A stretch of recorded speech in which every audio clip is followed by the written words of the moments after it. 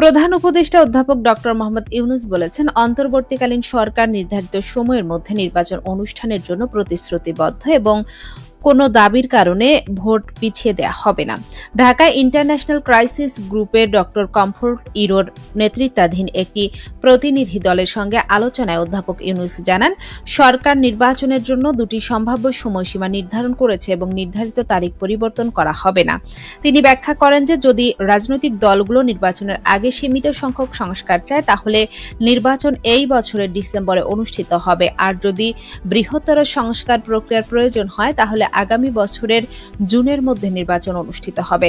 তিনি আরো বলেন, নির্বাচনের তারিখ পরিবর্তনের কোনো কারণ নেই। পাশাপাশি তিনি জোর দিয়ে বলেন, আসন্ন নির্বাচন অবাধ ও সুষ্ঠু হবে। প্রধান উপদেষ্টা আরো বলেন, জাতীয় ঐকমত্য কমিশন গতকাল রাজনৈতিক দলগুলোর সঙ্গে সংলাপ শুরু করেছে। সরকারের নীতি নির্ধারণের দিক নির্দেশনা দিতে জুলাই সনদ চূড়ান্ত করা ও স্বাক্ষরের পরিকল্পনাও রয়েছে বলে তিনি জানান।